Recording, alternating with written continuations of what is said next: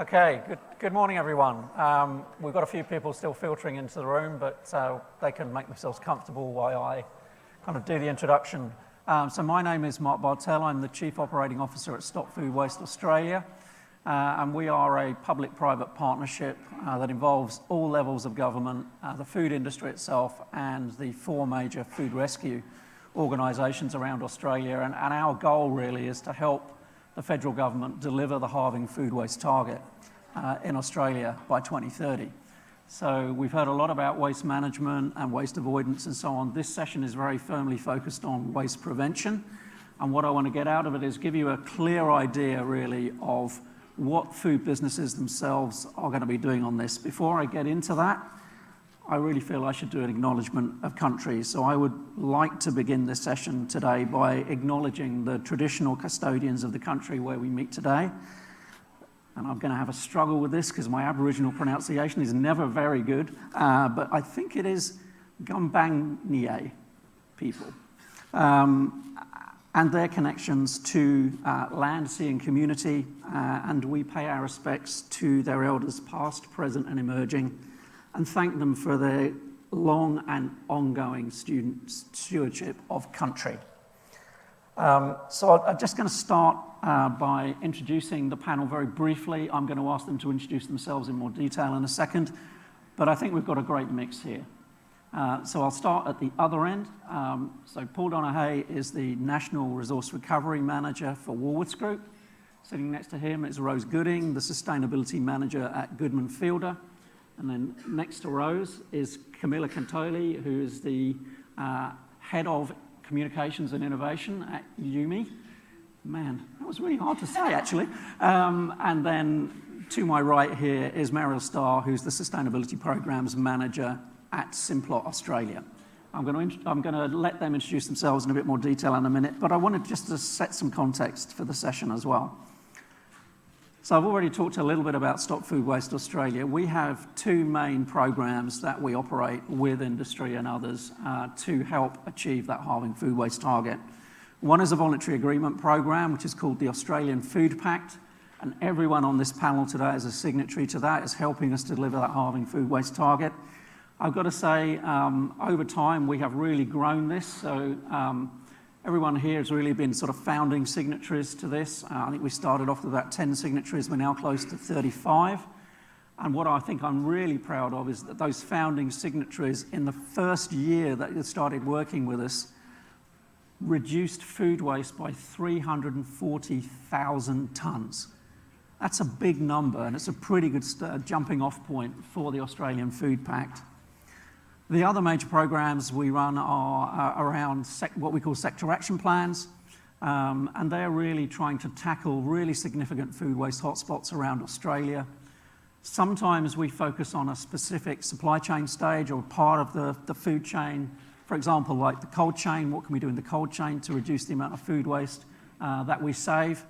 Or we actually have a food rescue sector action plan because we believe our secondary goal, as well as reducing food waste, is to reduce food insecurity in Australia. And I would say probably that's more important than ever right now with the cost of living crisis and a growing number of Australian households experiencing food insecurity. We also do commodities-based sector action plans. So we've done ones in bakery, we've worked with the dairy industry, the fresh meat industry. Our biggest sector action plan today is with horticulture. That's about a $2 million project at the moment. And we're doing some work, we're just kicking off with hospitality and food service as well. So we cover broadly the whole food chain, but what I want to get into now, specifically with these guys, is what's going on with the Australian Food Pact. This session is around what is the business case for change, and I want to hear some really good examples of that from my panelists here. But just to start us off, there is a very compelling business case for food businesses to reduce the amount of food that they waste or lose in their supply chains. So we know from the National Food Waste Strategy feasibility study that was published late 2021 that most food businesses, for every dollar they invest in food waste prevention, will save somewhere between $7 and $21. And most of that return on investment ratio will be delivered within 12 to 18 months. And we might hear today that there were a few return on investment periods that were significantly shorter than that. For governments investing in food waste prevention programs, the average return on investment is between $12 and $13 for every dollar they invest. So we feel like whatever your role in reducing food waste is, there is a really significant and good commercial case for doing that. So I'm going to start off by asking our panelists to just spend a couple of minutes introducing themselves, their roles, their organisation, and where it's appropriate, their brands. Because you might not have heard of the companies, but I'm pretty sure you will have heard of the brands that they use. So I'm going to start with Mariel. Great. Thank you, Mark. Hello, everyone. My name is Mariel Starr, and I'm the Sustainability Program Manager at Simplot Australia. And I'm responsible for the implementation areas of our sustainability program, which includes our food waste program, ethical sourcing, so that's modern slavery, and then also our responsible seafood sourcing program. And for those of you who haven't heard of Simplot Australia, that's perfectly understandable, but to give you a bit of background, we're a privately American-based company in the food and agricultural sector. We sell into retail and the food service sector, and some of our recognisable brands are John West, Birdseye, Edgels and Legos. We proudly support over 300 Australian growers. We employ about 2,000 people across Australia and New Zealand, and we have 5 manufacturing facilities in New South Wales, Victoria and Tasmania. And we're the last Australian-grown, frozen and shelf-stable vegetable provider of any large scale in Australia. So that's a little bit of a summary. Thank you, Mariel. Pass over to Camila. Thank you. Hi, everyone. My name is Camila. I'm the Head of Marketing and Innovation for YUME. So what's YUME? YUME is a food tech startup that really helps manufacturers of all sizes commercialize and donate excess food at scale. So in my role as Head of Marketing and Innovation, I've been working really closely with our pilot program partners, some of them who are signatories to the Pact as well, the likes of Unilever, Mars, General Mills, and Kellogg's, who really allowed us to go in and understand the ins and outs of excess, how is it sold, how it's being donated. And with their support and the support of the Atlassian Foundation and the Victorian and Australian government, we created this tool with the industry and for the industry. So yeah, that's a little bit about me. Thanks, man. Over to you, Rose. Hi everyone, my name is Rose and I am the Sustainability Manager at Goodman Fielder. Goodman Fielder is a leading regional food company based out of Australia, New Zealand, Fiji and the surrounding islands, Papua New Guinea and New Caledonia. And our purpose is making everyday food better for everyone. We're lucky to make some of Australia's most loved and trusted brands like Helga's, Wonder, White Wings, Praise, Pampus and La Famiglia garlic bread. So about 90% of Australian households have a GF product in their pantry at any one time. So go home and have a look, you probably have something that's ours. And within that, across Australia, we have 12 manufacturing sites and 61 depots. And in terms of sustainability specifically, in 2021, we launched our sustainability strategy, Better Together, which was based on 9 leading targets aligned with science. And one of them is our target to halve food waste across our value chain, including in the home, by 2030. So that sort of brings us to signing up to the Pact and really putting our money where our mouth is and really committing to action in this space. Paul Donaghy, I'm the National Resource Recovery Manager for Woolworths Group. Obviously, I'm sure everyone in this room would know Woolworths, the largest retailer in the Australian market. I'm the subject matter expert. I look after all our contracts around waste, recycling, organics, pest and hygiene services across the group. So on average around 2,500 sites.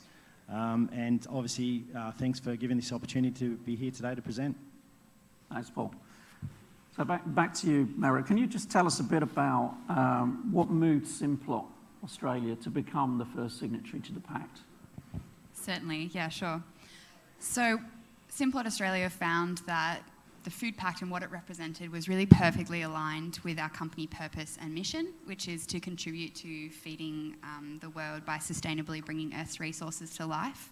So it really had that emphasis on better utilisation of resources, be that soil, energy, water, reducing carbon emissions, and then also supporting our farmers as well. It also provided that opportunity to collaborate with like-minded businesses to contribute to halving food waste across Australia and to really tackle the food waste challenge it's presented. And it also acknowledged that no one single organisation can, solve the problem of food waste in Australia on their own. It brought together, different kinds of businesses of which we as a supplier wanted to be a part of. The other great thing about the Food Pact is that it gives us access to tools and resources from the Fight Food Waste Cooperative Research Centre, and then also with Stop Food Waste Australia. And it was that opportunity to work in a non-compete space to come up with these mutually beneficial outcomes and solutions to our food waste. And it brought these different Pact members together, be it suppliers, customers, tech companies, startups, and also the food rescue groups.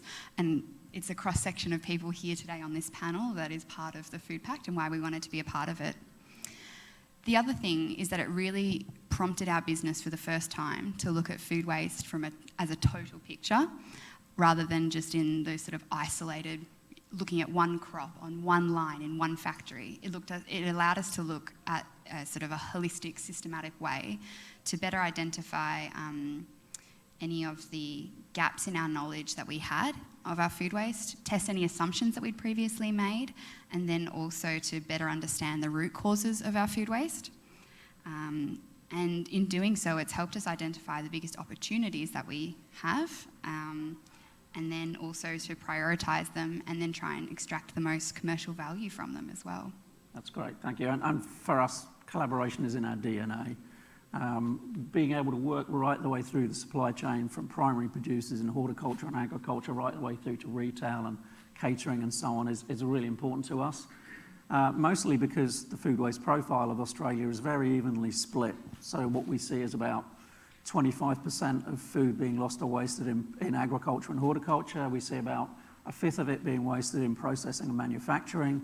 Moderate amount, sort of around 3% in distribution in the cold chain in particular, and then around 7% in retail and wholesale, and then 51% at the consumption end. And I might talk a bit more about that later on in the panel, because it's very clear that we need to help consumers to reduce food waste in the home, and we've kind of all got a part to play there. So Rose, I want to ask you as well, why is food waste important to your organisation at Goodman Fielder? Historically, food waste has always been part of how we do business, but more from an operations perspective. So it's just a smart way to run a manufacturing business, low waste, efficiency, that kind of thing. But we now realise as a food company, and food being the core of what we do, if we're living up to our sustainability ambitions, whether it be community like donations or climate and emissions, food waste plays a really key role in that, and it's a pretty good place to start. So for us, the reason why food waste is so important is because it needs to really be embedded into how we do business in order for us to achieve our broader sustainability targets and live up to our purpose. So it helps us achieve our triple bottom line and sort of continue into the future. So that's why it's important to us. That's great. I'm going to stay with you for a bit, Rose. I want to just get a few insights from you on how have you engaged, your colleagues within Goodman Fielder, and what are the sort of tools and techniques you've done to really sort of bring food waste onto the radar screen?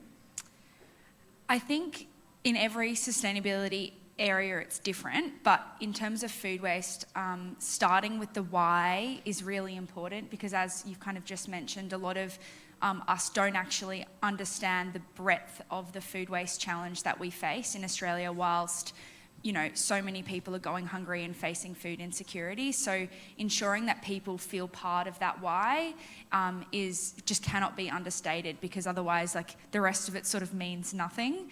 And I'm constantly surprised by how often you actually have to go back to that why, because people didn't hear you the first time, or maybe they're new to the business. So always going back to that, I think, is a very critical piece. But as well as that, you need to balance that with, once there's commitment, particularly from leadership around, yes, we're committing to this, yes, we want to drive this forward, you really quickly have to move to the how, the who, the when, in terms of prioritization and what. So what are we doing?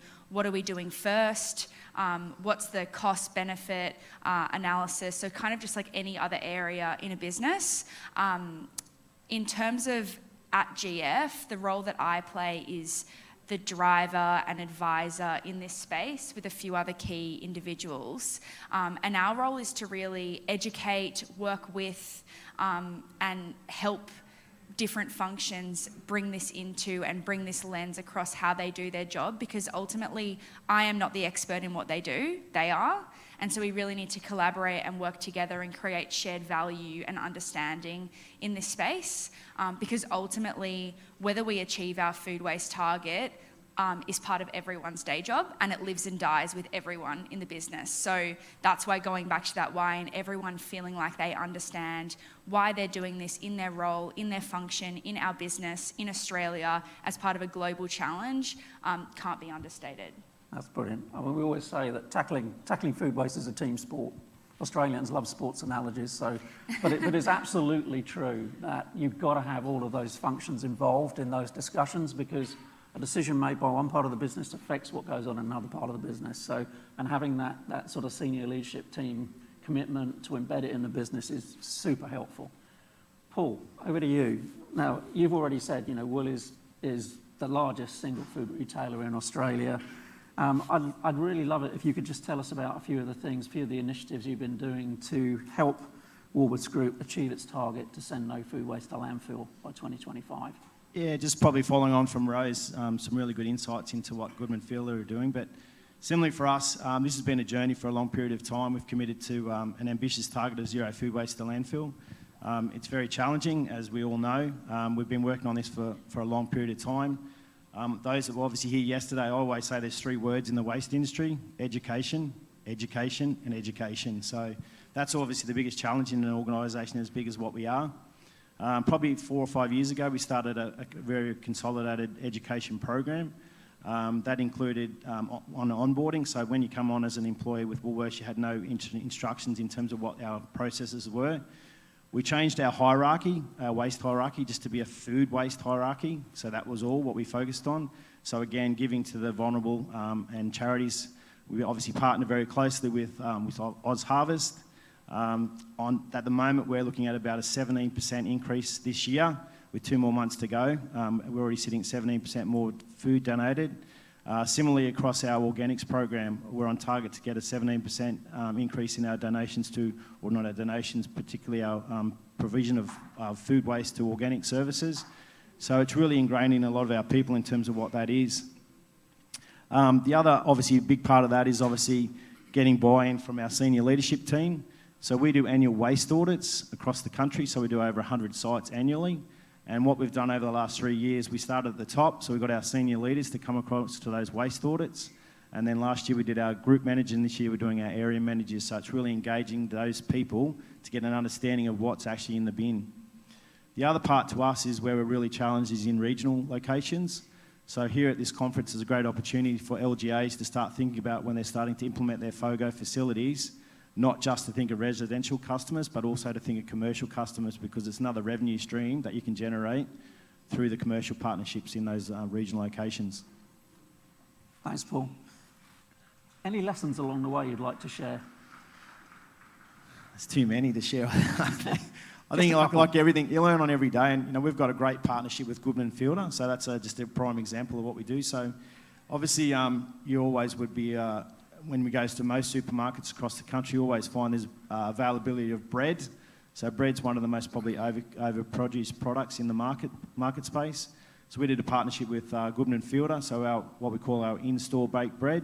So when Goodman Fielder come to collect their oversupply of bread, they also take our in-store baked bread as part of that collection process. So it's a collaboration between both parties, and then obviously that bread obviously goes off to pet food production. Thank you. Thanks, Paul. Camila, so YUME is a really great example to me of a technology-driven social enterprise that really helps food businesses to be more sustainable. I'd love you to elaborate on that, to talk a bit more about the platform, and maybe if you could just throw in a few examples of the impact of your work with some of the food businesses you work with. Sure. So I would say technology is not the only ingredient, but it's probably one of the key ingredients if we really want to drive or help businesses become more sustainable. So what it means for YUME specifically is, before YUME, clearance and donation processes already existed. People like Goodman and Fielder or Simplot were selling their excess, they were donating, but it was really inefficient and incredible manual processes. So you had these mammoth spreadsheets going on and off from inboxes, and if Joe from customer service forgot to reply to the email when that meant that the stock didn't move forward and didn't leave the warehouses. On average, we've seen that those processes, it took 20 touch points for a consignment since it was marked as clearance till the moment it left the warehouse. And we're talking about product that is at the end of its life cycle. So to move it fast is actually critical. So now let's draw a line and let's bring in technology into the picture. So YUME is a plug-and-play solution that basically digitizes all of those processes and makes them bulletproof. So if Joe forgot the email, or Mary from sales didn't have time to pay attention to this because, of course, businesses are doing other million tasks, then the process still goes forward. And that product ends up going to people's tables. That is really where it belongs. I guess the other element of bringing technology into the picture is the efficiencies that we delivered to these teams. So we now have supply chain and sales team that, thanks to the YUME technology, have 65% more time available to work on all of the other million problems they have to fix. So now clearance and how to and when to donate food is not kind of this annoying task in the background, but technology does the heavy lifting. But I guess the other beauty of having technology do the heavy lifting is that through selling through our platform, they connect to a network of buyers that they wouldn't normally connect with. So they sell more volume at better prices. So we've seen returns of approximately 190% better returns. That's all of the users on YUME last year. That's the average return. But also, they can donate more to their preferred food charity. So if they have a partnership with Food Bank or Second Bite or Harvest or any other food charity, through our technology, it allows to really streamline those processes and donate more and faster. But just a little example of how it works, because all of these numbers are sometimes hard to bring to life. So recently, we had a consignment of beef ravioli on our platform. Premium, really premium, beautiful beef ravioli. So 70% of that was sold to the secondary market through the platform. But the other 30% that didn't find a home was donated straight away to their preferred food charity. Before YUME, those numbers were sitting around 40% clearance rate and only 10% donation. So that's, I guess, a bit of a visualization of how the technology simplifies processes for manufacturers. Awesome, thank you. And I have heard Bill Haig, the GM at Mars Foods, recently talk about the journey they went on with you, and I thought it was really interesting because the operational efficiency that YUME gave them in clearance stock actually meant they had less to donate, but the operational efficiency savings that they made, they then invested in actually manufacturing specifically for food rescue charities. So it moved them from supplying into what the food rescue sector call a surprise chain into a properly organised, dedicated supply chain, which obviously made it much easier for the food rescue organisations to work with them. And I really like that example that Bill brought out. I think it's also a demonstration of Bill's values. Yes. and Mars's values, that it wasn't entirely about making more money. It was about how do we invest those operational efficiencies into helping others doing it tough. And I really like that. Right. Coming back to you, Mariel, I would really like to hear from you, how Simplot, how you and Simplot got started on your food waste prevention journey, and the kind of tools and resources you found really helpful in that. Yeah, sure. So the process that we took to get started on this food waste journey was to, as we've said before, engage a cross-functional team of really passionate employees, because we know that food waste can't be solved just in the sustainability department, and often companies aren't big enough to have a sustainability department, say.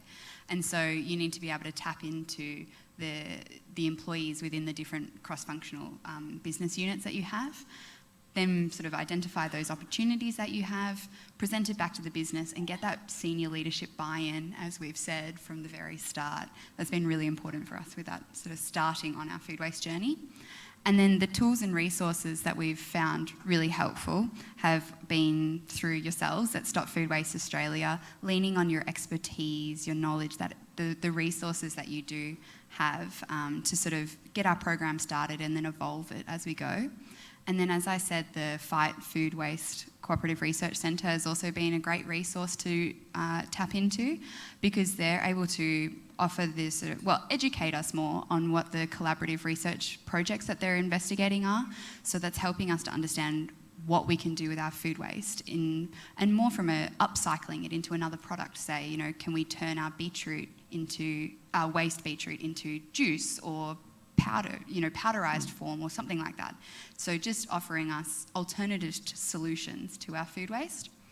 And then the other resource that we found really helpful is learning about and employing the food waste hierarchy.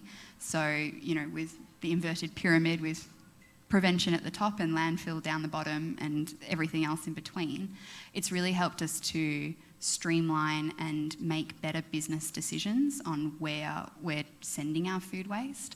Majority of it already goes to stock feed, but really then trying to move it up the food waste hierarchy and send it in towards donating it to people, or upcycling it into a new product for human consumption, which is the higher space in the food waste hierarchy. And then the other thing that was been very helpful for us as well is, again, tapping into the resources at Stop Food Waste Australia, but undertaking sort of site profiling exercises at our Devonport site and the Echuca site.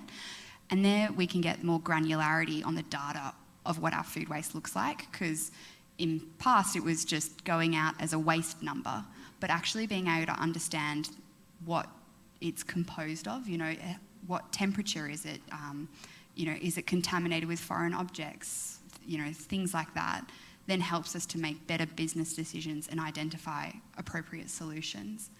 And then also we've undertaken a Walk the Chain workshop with yourselves, facilitated by Stop Food Waste Australia, and that was looking at one single crop and following it from seed all the way through to the retailer DC, and mapping where food waste is generated from, the harvest process to transport to processing to storage and packing, and then onto the retailer DC, and knowing where the food waste is generated.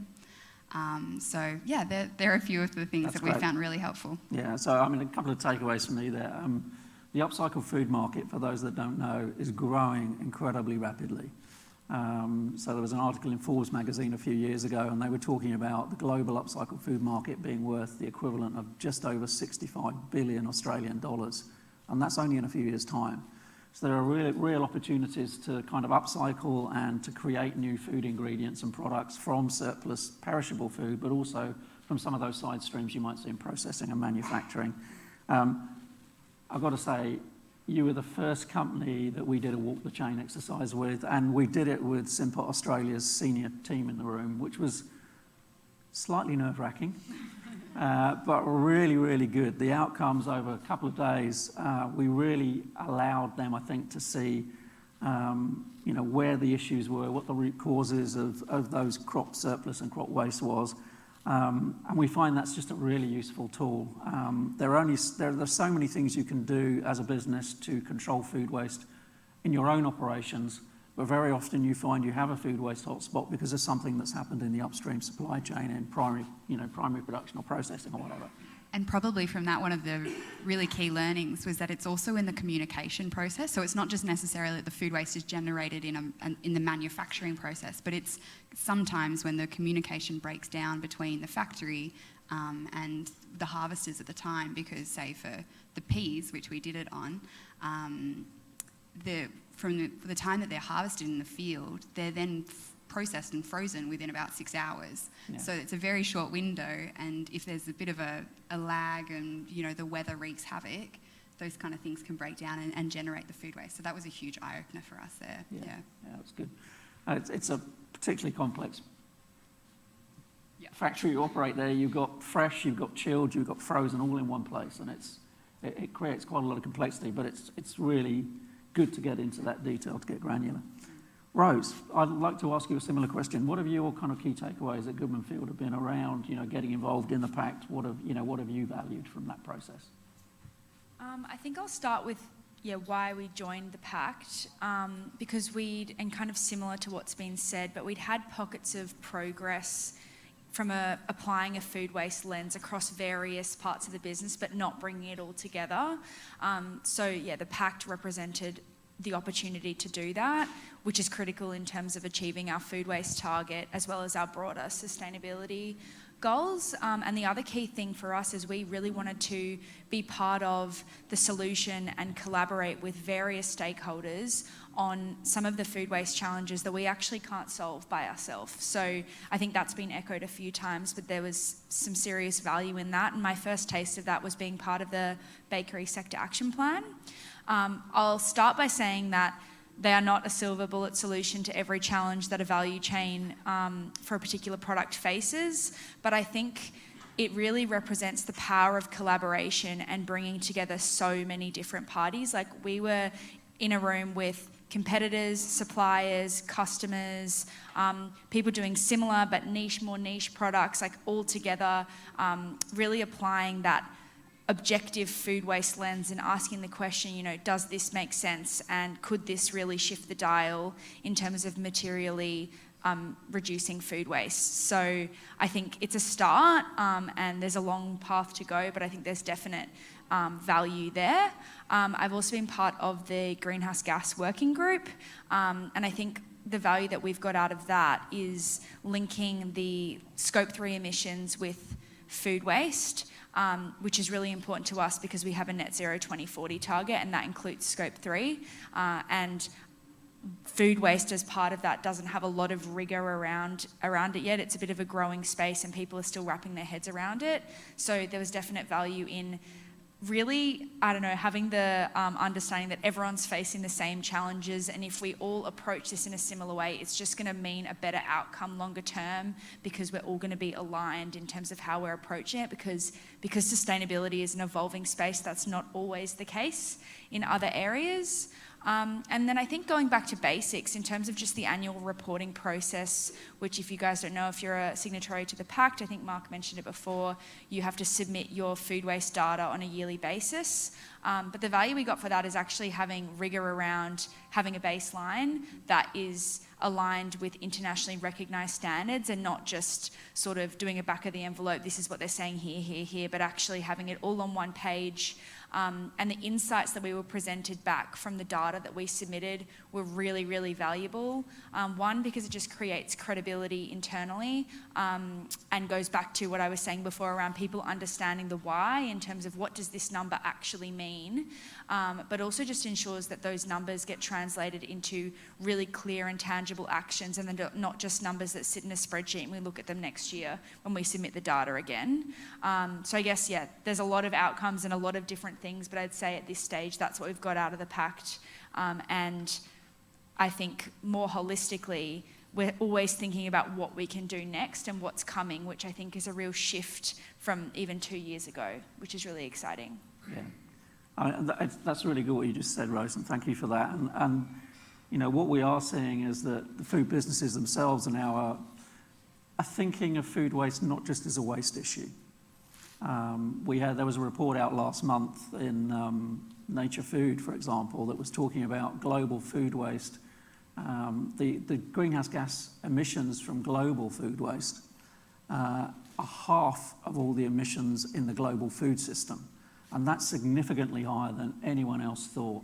So when we see businesses working to reduce food waste, they're obviously much clearer now about the fact that they're going to be reducing emissions, they're going to have better water stewardship, better land use management, all of those things wrapped up in that whole equation. So it's great to be able to do that. And just to add to that, I think it was a couple of months ago, McKinsey had a huge spread around food waste in their quarterly report, particularly around food loss. And essentially it said, if businesses and people don't get their head around this, it will get their head around them, essentially. So, because it's coming, given the current climate around what's happening in Ukraine, supply chain, all of those things. So I think it's not just this fun thing we could do, it's really being seen as an opportunity, and one that if you don't get ahead of, it'll come. So I think you're right, it's coming at exactly the right time. We've seen a huge amount of food chain disruption in the last couple of years, whether you're talking about COVID or extreme weather events, which we've seen plenty of in Australia recently, unfortunately. or the war in Ukraine and the impact that's had, particularly on things like grain and vegetable oil supply chains, which are absolutely critical for our food ingredients here. So, really sort of recognising that the work we do here to reduce food loss and waste and the businesses that work with us, it's all about actually managing that risk as well, making the supply chains more resilient, reducing supply chain risk. Paul, so coming to you now, you talked a bit about the kind of, how you've been working on the zero food waste to landfill target. Could you just talk us through maybe just a few examples of what Woolies been doing on the waste prevention side of things? Yeah, probably the biggest one is our IT system. So we've made some significant changes to our IT, and as everyone in this room would know, data is king. And how it normally works with the waste companies, you're not receiving your data to the second week after the month ends, so we're relying on data, and obviously a supermarket can't go back for 4 or 6 weeks ago to try and analyse what's happened in that period of time. So as part of that, we upgrade our IT system to provide access to data on a more accessible and timely manner. So how that works now is when a product is considered no longer saleable, you actually have to scan the product, and then the individual team member has to make a decision where that actual product goes, whether it either goes to food rescue, whether it goes to our farmers program or to our commercial program or to landfill. So it's a choice and a decision that's made by that individual that's driven behavioural change at a store level, and that's been very, very advantageous for us as well. Additionally to that, given that timely data, it also, because it's measurable, each of the stores now are on a platform, group platform that actually highlights where their position is in the business. It also drives competition within that process.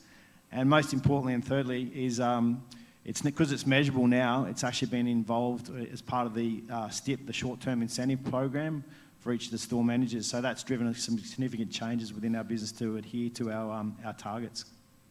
Thanks, Paul. I heard recently that not one of your competitors, but another major retailer, Tesco, they recently introduced into all their incentive programs, so 25% of the bonuses that everyone gets in Tesco is around delivering sustainability goals.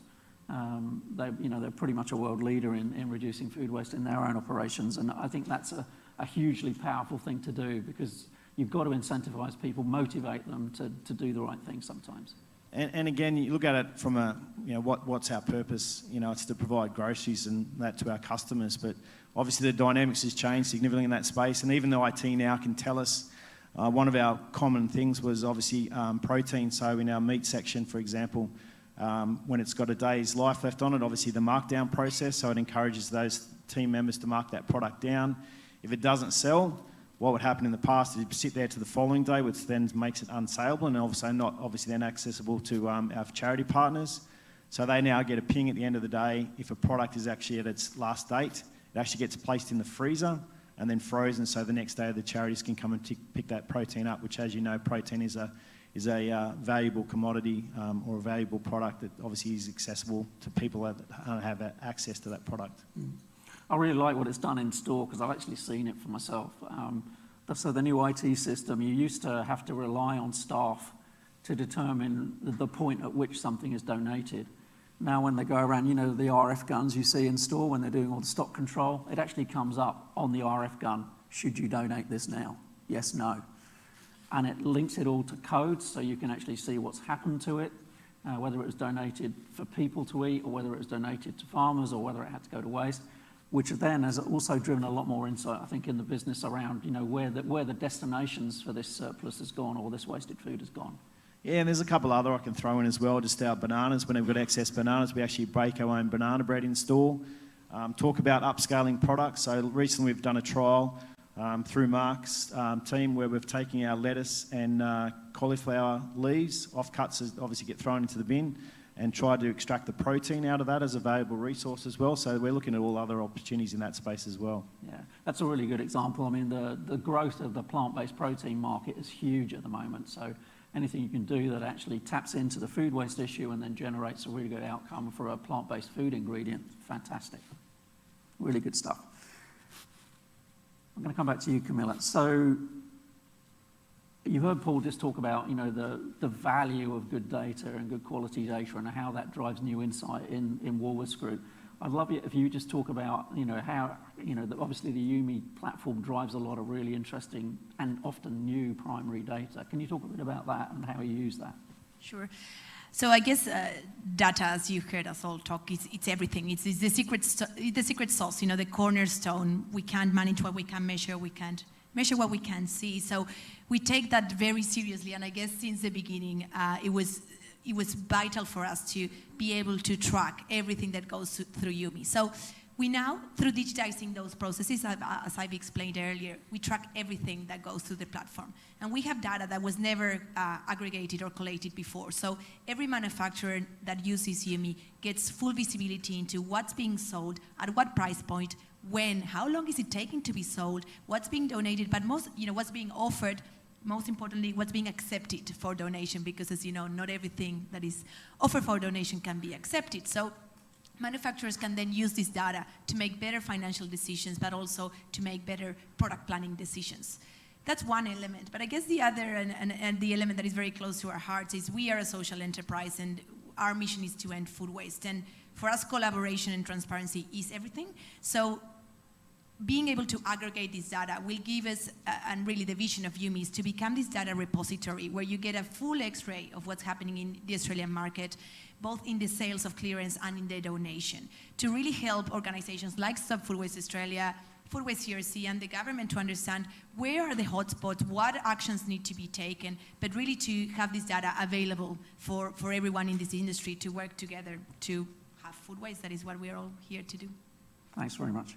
Rose, I'm going to ask you the kind of final question, really, and I'd like to pivot to what do you think it is that food businesses can do, and I'd love you to give some examples from Goodman Fielder to help consumers reduce the amount of food waste in the home. I think the role of industry is to help consumers understand the food waste challenge from a household perspective and help drive changes in behaviours that reduce it. So, I think the role of industry, or we have the opportunity to make the complex really simple because we already have products, messaging and real estate out in the marketplace. So how can we use that really authentically and meaningfully?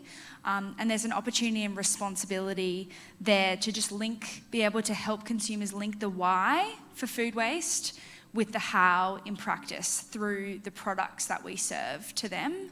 I think there's also a role of industry to help consumers understand what materially contributes to a better sustainability outcome, because I think there's often confusion there and it often depends. So a good example for that is packaging versus food waste. And that's not to say we shouldn't do one or the other, but it's to say we should do both, but consumers should be able to have the information to understand how to interpret all of that information. So an example of that in our product range is Pampas pastry. So obviously we've identified that households' food waste contributes to about 32% of all of the food waste across the food value chain.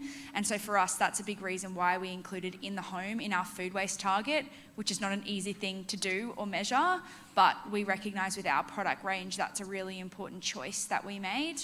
And so through that, and through our Pampas brand, we launched Pampas Recycling, which is essentially focusing on upcycling yesterday's leftovers and making it into something today using Pampas pastry. So using our product as the vehicle to do that. And in 2021, we really ramped up that particular campaign with celebrity chefs, social media, that kind of thing. And in the first quarter of that campaign, we had in excess of 12.6 million impressions, which is a lot of people looking at how they can upcycle their leftovers. So I think that's just a key example, and there's definitely more industry can do in that space. And it's again, making it really easy for people to understand, okay, I've got these resources in my fridge, what could I do with them? And particularly in these times, it's a really good time to be pushing this space, given, households waste between $2,000 and $2,500 on food waste every year, buying stuff from the supermarket that they don't eat. So how can we ensure that they extract as much value as possible out of what they're already spending money on? Thanks. Can you just talk a bit about the half loaf as well? I love you. Oh yeah, so half loaf we launched in February 2021 as well. So it's a smaller loaf, really targeted towards households, like smaller households or older couples, that kind of thing, or people that don't typically get through a full loaf but really like having fresh bread, so freezing's not that attractive to them. And that particular range, so we have it in Helga's and Wonder, we sell about 4 million units of that every year. And I think it's also definitely around understanding the market and what areas, for example, locationally with stores, is that product attractive? So initially it was a bit of rework with all of that, but we've gotten to a point that it is, a successful product and an option for consumers to not have to sign up to a full loaf of bread, because we understand that bread waste in the home is a large waste contributor. So there's lots of stuff that we've seen as well in other markets that they do on bread in terms of even on-pack labelling and stuff like that we could definitely look into. But yeah, the half loaf's a good example. That's great, thank you. So you've heard quite a lot about what these guys are doing and what their organisations are doing to play their part in reducing food waste. I'm going to open it up to you guys now. I've asked my questions, I'm happy. What questions would you like to ask? Claire.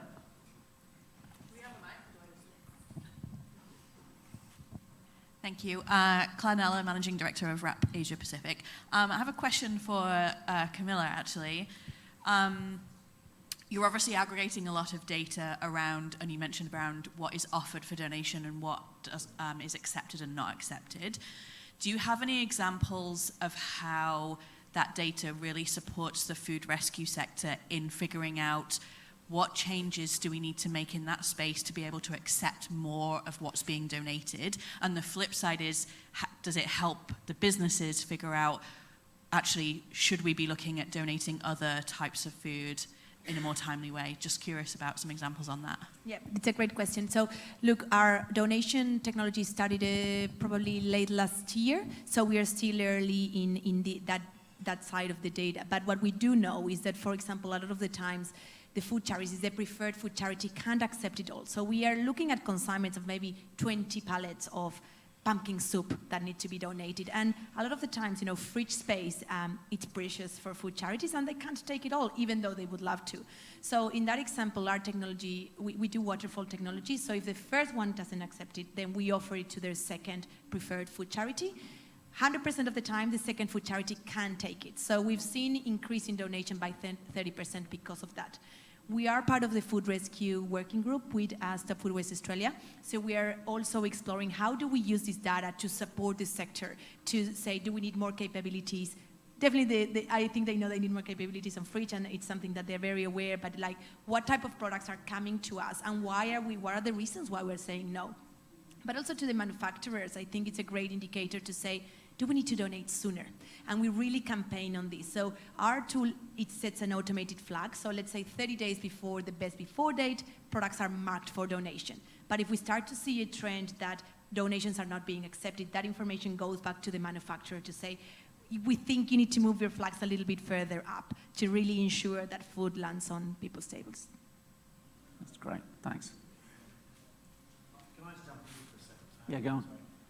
Just another one that we've obviously focused on as well. It's not just food. So there's lots of people out there that are after other products that they don't have access to as well. So you think in a supermarket, it could be something like a dog food bag that's been split open. So where previously we just throw that in the bin.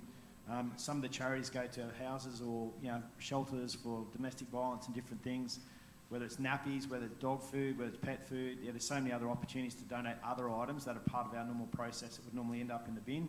So that's changing the mindset at our store to support that as well. Yeah, that's great. Thanks, Paul. I saw a hand go up at the back of the room. Oh, sorry. I'm sorry. Hi. Zoe from Barrington Council. My question is for Paul, and I think Rose just really briefly touched on it, but I'm just interested in the fact that the amount of single-use packaging in Woolworths is often attributed to the food waste issues that can cause otherwise. So I'm wondering what kind of work is being done in that space in working on resolving that issue whilst also not causing issues in the food waste, which is obviously a tricky one. It's not a tricky one, to be honest. Food security, we're very blessed in the Australian market where we don't have any issues with our food safety. So that's obviously probably the most important part, the food safety piece. Second to that is, we're continually changing and working with our suppliers on our own brands in terms of trying to modify the products to make them more recyclable. An example I can just give you off the top of my head is our pre-packed 1 kilo apples. Previously they were in a plastic base with a plastic wrapper. We've now modified that base component to be a fibre product, which is recyclable. Again, in our fresh meat or our meat department, we've changed our trays that are now recyclable as well. So we are continually modifying our products to be more recyclable. Again, it still comes down to the integrity of the food and making sure that we keep that safe as well. But our suppliers have probably got better answers than me. Well, I was just going to say with that, I mean, just on that meat example, Paul, we've seen in Woolies and in Coles and others recently the move to the skin pack, the vac pack meat, and we see that as being a really significant saver of food. Typically with a vacuum packed meat product, and it can be entirely recyclable, you will see at least 7 to 10 days of extended shelf life with no nasties involved. It's just better preservation technology. So I think what I love doing when I work with the packaging teams in food businesses is just getting them to focus on getting the balance right. One of the things we are going to be doing next month, in fact, is launching a packaging working group within the Australian Food Pact. And that is really, I guess we have aspirations on 2 levels. At the strategic level, we're trying to bring together the national conversations around the national packaging targets and the food waste targets. And then at a more operational, practical level, our friends in the Fight Food Waste CRC have been doing a load of work around packaging design. So there's a whole project around what they describe as safe food packaging. So how do we optimise this whole packaging system process? So we've got materials that can be recycled, but we've also got a really good win for food waste. Rose. Sorry, just to go back to the question. Yeah, it is really challenging and it's a constant way up, and every time it depends is the answer, because it depends on all the various variables which I mentioned before. And I think it goes back to what the functional purpose of packaging is, which is to preserve food and ensure that it is safe to consume. And sometimes that can get lost in terms of trying to keep up with some of the innovations or sustainability targets purely on packaging, rather than looking at the whole product and ensuring that what's inside that packaging gets to the consumer, they can eat it, it lasts as long as it did before, if not longer, like the meat that you just mentioned.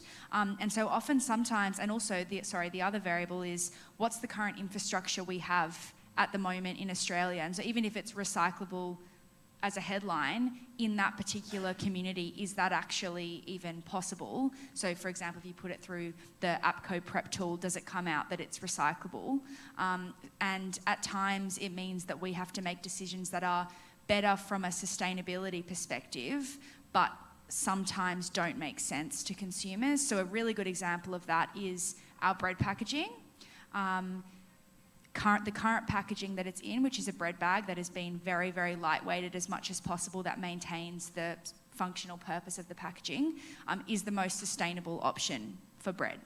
Because and a consumer will say, oh, we'll put it in paper, but actually the resource used to make that paper, and also if you want it to actually preserve the bread because bread has water in it, then you'd have to line it with plastic anyway. So it's really having to make those tough decisions and really being authentic and transparent around, is this going to deliver a better outcome from a sustainability perspective if we're talking whole picture life cycle? Yeah. That's great. Thanks, Rose.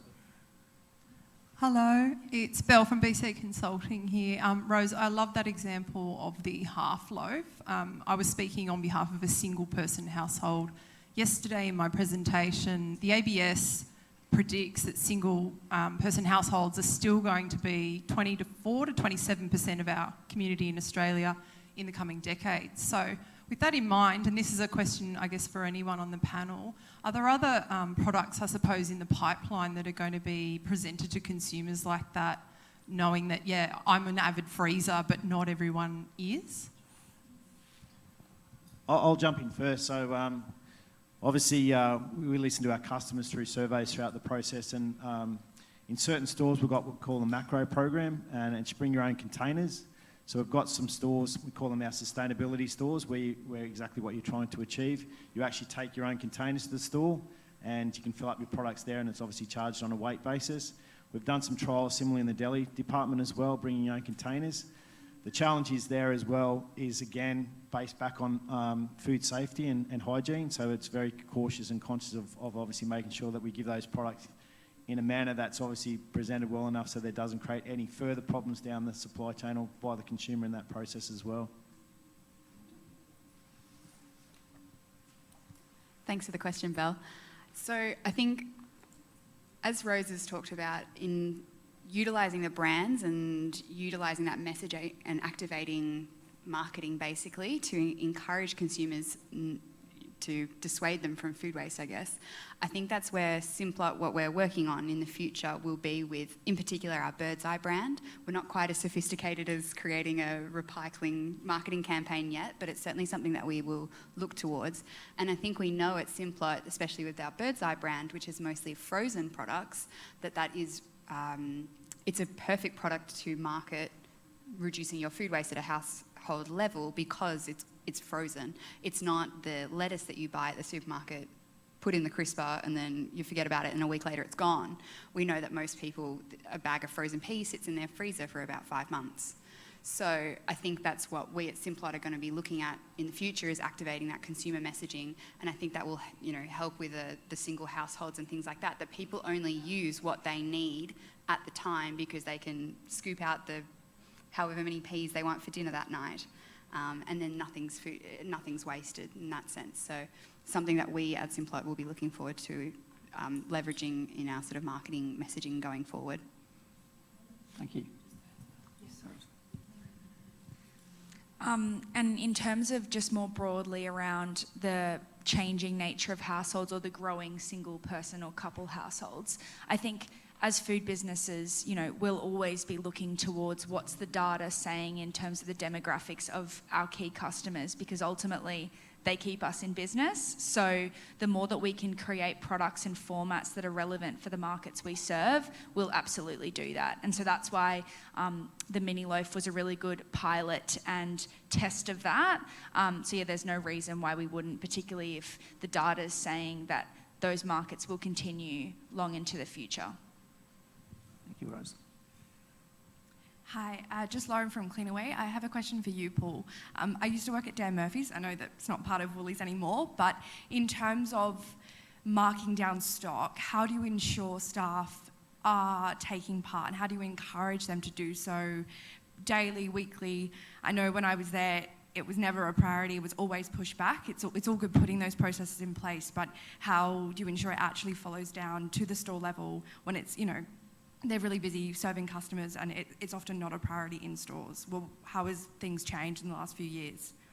Yeah, I think the integration of the IT system itself has improved on that. Again, there's still challenges, and a prime example is in the deli department. So in most deli departments, you've got maybe one, at the most 2 operators in that area. They're very busy. So again, that's where we see most currently in our waste audits. Most of that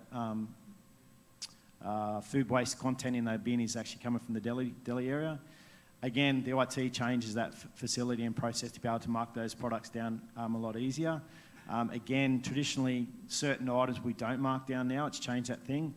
Also, the IT has also assisted in in-store production as well. So we've obviously limited the process of obviously how much we actually bake or what we provide within that as part of the IT process. Dan Murphy's we don't mark down too often because they are the cheapest, so I'll give them a plug while I'm here. Yeah, great piece of marketing, Paul. Linda Norden from SMEC. So I'm going to shift the focus a little bit about the food waste that actually does end up as food waste. You were mentioning, Paul, a little bit about collaboration on how the food waste is disposed of at the end.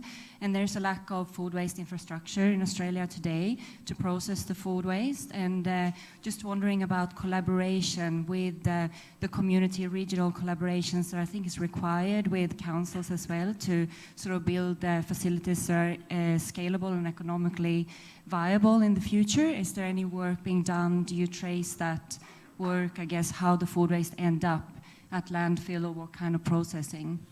Paul, before you answer, can I also encourage you to mention GoTerra when you respond to that question? It's going to be part of my... Great. I probably couldn't agree more. So probably the challenge for us is for us to get our ambitious target of zero food waste. We're going to rely on waste companies, local councils. We're going to rely on lots and lots of people, and that's the collaboration piece, which is really important. And that was probably one of the main drivers for me to come along and attend today. As much as the food pack's very important to us, I'm obviously being selfish and looking at how I can achieve my target for my business, and that's obviously engaging with other parties to do that. We do have a lack of probably infrastructure, especially in the Sydney market. We've had some changes and challenges there of recent times. We've done some great partnerships. So Andrea from the Albury Council spoke yesterday. We've partnered with them and with GoTerra. GoTerra's black soldier fly, which is basically the maggots eating the food waste. So we've got a facility down there that we've partnered with Albury Council and with GoTerra. GoTerra's actually got a facility that's opening at the end of this month in Sydney. So again, another facility to process food waste. I think Ramonis is planning a FOGO facility. Ramonis, Sorco is planning a facility in Sydney as well for FOGO. So again, we've got to keep working with those parties in the future. Belle spoke yesterday about, which is a really important part from Woolworths of recent time. So when she talked about governance, so that's one of the things we're doing. I think in the last 3 months I've followed more garbage trucks and been to more processing facilities and actually visually saw what's happening to our food waste when it leaves our stores and then where it's actually ending up. So there is a lot more work to be done, and obviously, again, that's through collaboration. I totally agree, and it's through local councils in that regional space where we can work with FOGO facilities in the future. Great. Hi, Rob Richardson from Energy Conservation. Just wanted to ask members of the panel, perhaps Paul and Camila, about the role that carbon credits, like Australian carbon credit units, could play in incentivising food donations or organic recycling. So I can jump. You can jump. You go first. So yeah, we'll actually the inaugural company to sign up with the Clean Energy Regulator for carbon credit. So we actually have that in play now. So we're in our last year of the 7-year program. So we actually, as source separated organics, we actually obtain carbon credits. It's a very onerous project, and it takes up a lot of time to do that. Unfortunately, the Australian market, it didn't include food donation, and Mark's probably the expert in this area. So I know around other countries around the world, they're looking at including food donation as part of that. The challenge is how it actually works. If you haven't already established operation in place, it's only what's above and beyond what you're currently doing that's actually eligible for the carbon credits, and that's where it becomes really challenging because we're already in a market where we do that now. So we're only going to get credits for what we do above and beyond what's happening now, which is probably the challenging part. I've got mine. So one of the things we're doing in the GHG mitigation working group in the Pact is looking at exploring these links and trying to get methodologies in place that allow us to get better quality data so that we can link the reduction of food waste with the reduction of emissions. So we've been working with colleagues in WRAP, the Waste and Resources Action Programme in the UK. They have a GHG working group as well. And we're basically contextualising some of their work on Scope 3 emissions protocols. And what they've done there is I give Claire and her colleagues at WRAP really good credit for this. They've actually created the protocol specifically for food and drink companies. So when you see, the various greenhouse gas protocols, they're very generic. And what has happened with the WRAP work is they've said, okay, if we're going to do Scope 3 value chain emissions, what's that look like for a food and drink business? So that's the first thing we're doing in that group, and that's sort of progressing nicely.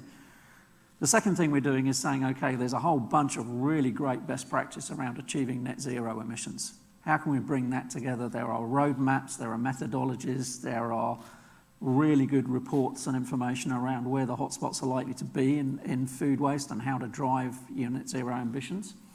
And then the bit that I'm really looking forward to, so the World Resources Institute in Washington, DC has produced a great piece of guidance for companies on how to specifically link food waste reduction with greenhouse gas emission reduction.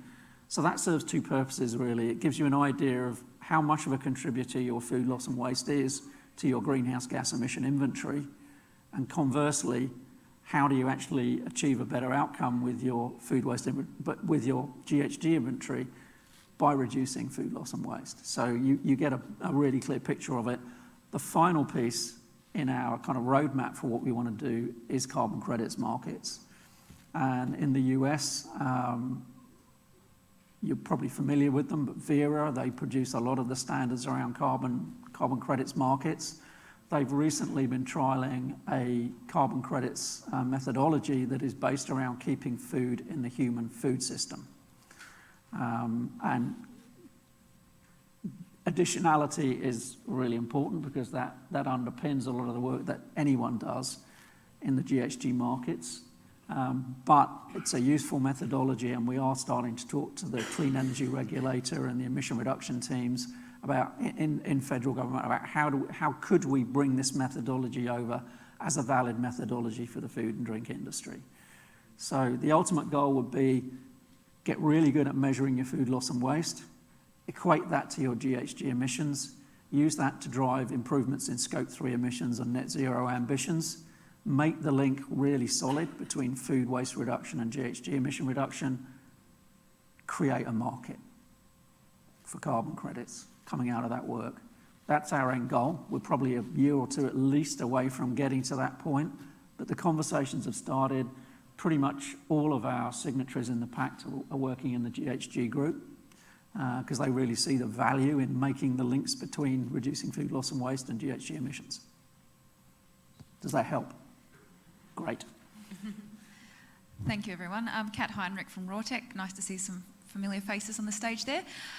My question is related. It's not specifically about carbon credits, but it's about policy and legislation. So I'd love to hear from Mariel and Rose in particular. Is there a piece of legislation or policy that would be a game changer from your perspective in reducing food waste and loss in your sector? Thanks, Kat. So I think the one that's come up is the, and I'll butcher the name, but it's the Donations Incentive Tax Scheme, is that? Tax incentives for food donation. That one. Yeah. It went to the government, I believe. Yeah, it's gone, so, shall I? No, please, yep.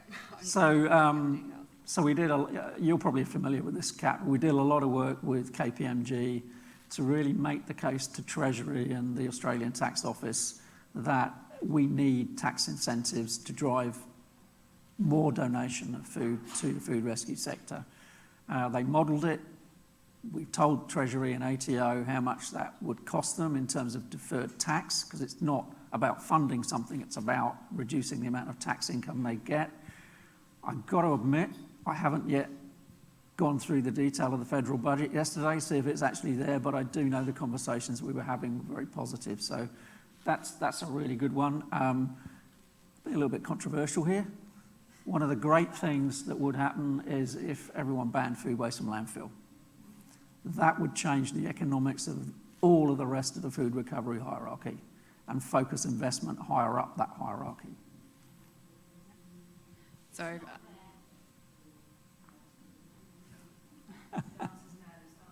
no, it's not there. Damn it. Okay, thanks, Amanda. So we were a signatory to support that work going to the government. So, and I think we can see the benefit of it within our business if we are getting a tax break, certainly from donating food waste to food rescue groups. That's a great way to incentivise a privately owned, business that, unlike YUME say, we're not a social enterprise. We are there to sell product. So the way of creating that incentivisation is key, really. Almost took someone out. I would say in terms of just re-looking at the value chain more broadly, I think sale and return models across bakery, dairy and horticulture are an opportunity that could really shift the dial in terms of food waste holistically. I think it'd be really exciting to see those areas progress. Look, just to add something, this is not legislation, but adding short incentives to employees is actually fantastic, and it's something that businesses can start doing today, like straight away. So as we wait for legislation to come on, and hopefully it would move faster, but it will come on, the businesses can start doing things today, which I think it's also fantastic. Thank you. Ian Neverson-Smith from, I do a bit of number crunching and prints from time to time of APC. Banning food waste from landfill, I think, would be pretty problematic, because the last time I looked at domestic audits, food waste was, I don't know, 30, 40% of the domestic general waste stream. I have a general question. Just in terms of back in the 80s or 90s, when some of us were younger, the catch cry, as you all know, was the phrase reduce, reuse, recycle. And in terms of food waste, that means encouraging people to buy less, eat less, or eat less food, maybe drink more water, and then don't recycle at all. So I'm not sure, just a general question, how does the waste industry, your people, think of what is your role in that avenue? I think our role in that avenue is to help drive those behaviours in terms of really simple things, and they seem obvious, but not every household does them, like checking what you have, writing a list and sticking to that list when you're at the supermarket, and also not going to the supermarket when you're hungry, because often you end up buying some little treats there that you probably don't need. And I know that can beg some questions from a business perspective. Oh, is that in your best interest to do that?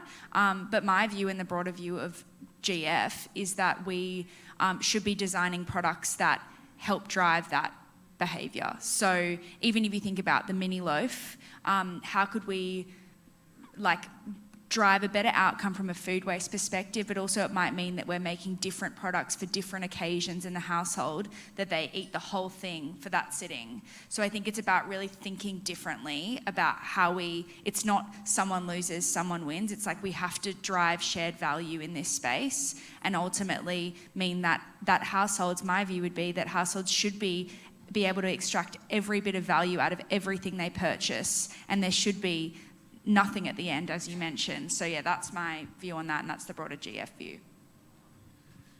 I'll just jump in on a different perspective. So nowadays supermarkets are open more often. We can see now from our basket price, so where before we'd have someone go and spend $300 on a major shop, going once a week or once a fortnight. Customers are coming more often, more regularly, buying a lot smaller shops, so obviously trying to reduce that process in terms of what they actually buy. Our website has leftovers to makeovers, so there's obviously encouraging customers to use the products they have in their fridge. Again, if you want to talk about infrastructure and what we do as part of that food waste and what's in the bin, obviously the implementation of FOGO, which is 2030, Amanda, correct me, 2030, the FOGO policy. So once FOGO becomes available, we shouldn't see that. And again, we talk about narrative. Is it really food waste? It's not waste, it's actually food surplus, and that's what we've got to change the narrative again. So that food surplus has a home, whether that's preferably, obviously in someone's mouth. If it's not in someone's mouth, it's as a stock feed for a farm or a compost on a farm. So there's different opportunities. So that's where we've got to change the narrative and start talking about surplus food and where that food ends up, and not actually call it waste.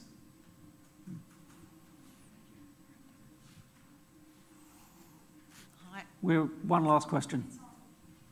So Lucy from Bellingen Council. Just going back to something Paul said at the start of the session about education being key, and that there might be some mixed messaging between fresh is best and reduction of food waste. There seems to be a proliferation of, easy frozen meals, which as a consumer, you realise you're really creating very little waste. It can be in recycling packaging, but doesn't seem to align with the healthy eating messaging that we've been fed. I'm just wondering whether there's any data about the difference in waste from those pre-prepared or frozen meals compared to people making their own at home. Thank you. So Simplot, we don't do pre-packaged frozen meals, so I can't really speak to that, but certainly we have all of the bird's eye, peas, carrots, onions, broccoli, cauliflower, and all those sorts of things. And so, not that I know in terms of data necessarily, but we do know that people, they only, actually I think Mark, or maybe it was RAP who did the study into the frozen horticulture food waste that's generated, and we find that frozen peas, say, as I was saying before, people are only taking what they need to eat. And so when you compare that to, say, fresh lettuce, when they did the bin audit in this study, compared to lettuce or other zucchini, say, there's so much more wastage there. But we also do know that those studies are a little bit fraught because you can still cook those frozen peas, and if you've got children, say, maybe your children don't eat all those peas and then they still go in the bin. So there's a little bit of changing that messaging as well. About how to better utilise those resources. So I think whatever we do, we need to get a balance between reducing food waste and make sure we get good public health and nutritional outcomes from what we do.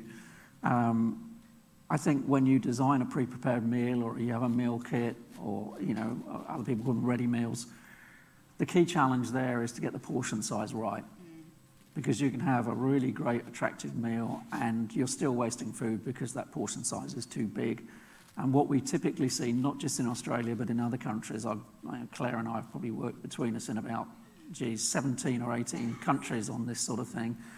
And what you typically see is that those single occupancy or small occupancy households are underserved in terms of the products that are available to them, and that is one of the challenges we have in working with food businesses. We need to make sure that there is a good range of portion sizes of those sorts of meals so that we don't end up wasting food. But at the same time, we need those portion sizes to be, delivering dietary need. Sorry, just to add to that, I think there's also different ways you can slice and dice the market. So I think in single households and things like that, there's definitely people, like companies breaking into that. Like My Muscle Chef is very high protein, known as quite good from a nutrition perspective, as well as the meal services like Marley Spoon and I forgot HelloFresh. HelloFresh, in terms of that's more targeted to maybe couples or busy families with young kids. I definitely think there's different ways that you can slice and dice from a nutrition perspective as well as food waste. I think, there's definitely opportunity for that to expand further as well, to meet the different needs of the different household sizes, to maintain nutrition outcomes as well as drive food waste down. But I think also more data is always good in terms of that as well. Data is always good. Look, thank you, everyone. I just want to say thank you to the panel, and please will you join me in giving them a bit of applause.